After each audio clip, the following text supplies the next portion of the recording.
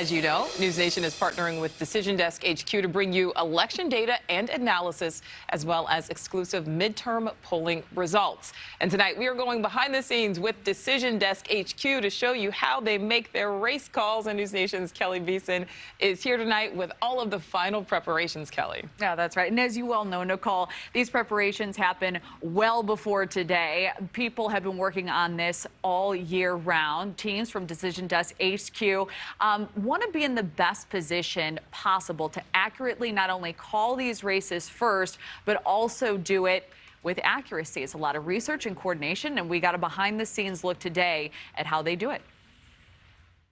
There's no polling, there's no modeling. We get it straight from the people who are responsible for collecting it, and then we report it out to everyone around the country. While this group of analysts are physically at NewsNation headquarters, there are roughly 1,000 additional Decision Desk HQ employees working across the country, getting election results in real time and reporting those numbers back to the race call teams here. The decisions are only as good as the data that we have. That data coming straight from the source, with teams contacting every election office in the country. The president of Decision Desk HQ says when results come in, these teams know the spread between the two candidates in their respective race. So the question to answer is, are there enough votes remaining for the candidate in second place to make up the difference? It's just a lot of research. It's a lot of people in there that have tremendously detailed knowledge of the states and the counties and even down to the townships that they're assigned to cover. Coy says over the years, Decision Desk HQ has called more than 20,000 races,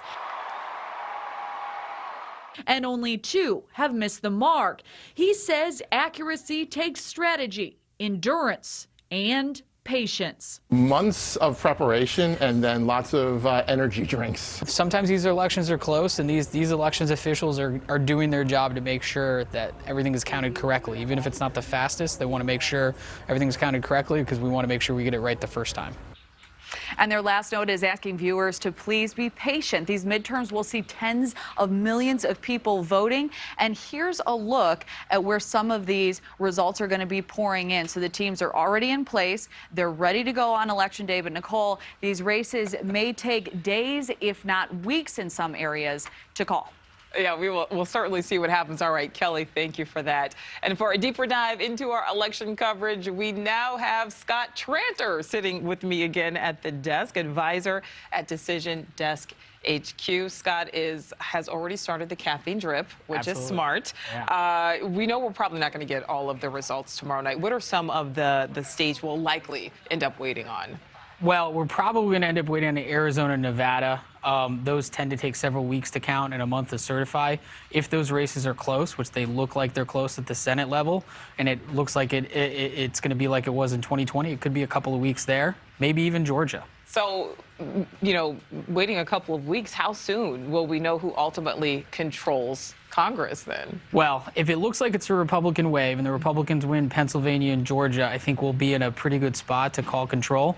If it looks like those races are going a while, it could take us several days. And it's okay if it takes several days. Right. We want to get this right. Yeah. Like, this is not a rush to the end. This is a rush to right. Yeah, I love hearing that. You know, you're right. We want to wait if it means getting it right. We keep talking about the big races. We're talking Georgia. We're talking Pennsylvania, Ohio. But what's maybe a less talked about race that you guys are keeping an eye on? 2. One on the Senate side, New Hampshire Senate. That's an interesting race because they don't have the absentee early vote some of the other states have. And for a while, incumbent Maggie Hassan looked to have a pretty good lead, but the polling is tightened, and so that'll be a closely watched one. If the Republicans have a big wave, the Republicans could take New Hampshire. Another one, Oregon Gov. We have Christine Drazan, first Republican statewide female candidate to have a pretty serious shot of being the first female governor over there. That would also be a pretty big win for the GOP. All right, Scott, thank you for that. A little behind the scenes there as we were watching Kelly's package. Scott said, oh, you guys really do have a camera in there. That ought to be interesting. So Yeah. it will. Scott, we are looking forward to it. Thank you so much. Thank you for watching. Go to newsnationnow.com to find NewsNation on your television provider. And don't forget to click the red subscribe button below to get more of NewsNation's fact-driven, unbiased coverage.